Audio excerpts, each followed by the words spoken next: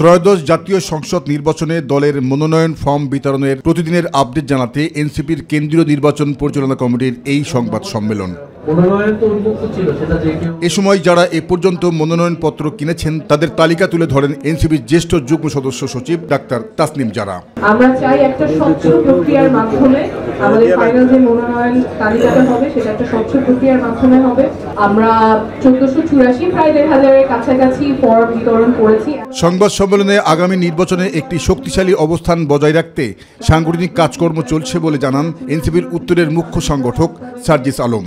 Ballot বিপ্লবের মধ্য দিয়ে আগামী সংসদে পাঠাবেন, সেই লক্ষ্যেই আমরা জাতীয় নাগরিক পার্টি এনসিপি কাজ করে যাচ্ছি।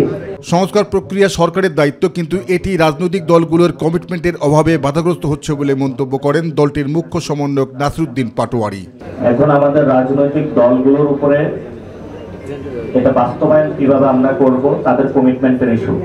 জানান 24-এর স্পিরিট ধরে রাখতে গণ অভ্যুত্থানের প্রতিনিধিদের সংসদে যাওয়া উচিত উল্লেখ করে তিনি বলেন এনসিপি সংসদে গেলে সংস্কার বাস্তবায়নে কাজ করে যাবে। তারা আপনাদের যে স্পিরিটগুলো রয়েছে, যে জন্য আপনাদের ভাই শহীদ হয়েছে, আহত হয়েছে, সেগুলো আমরা সংসদে গিয়ে সত্যিকার অর্থে বাস্তবায়ন করব।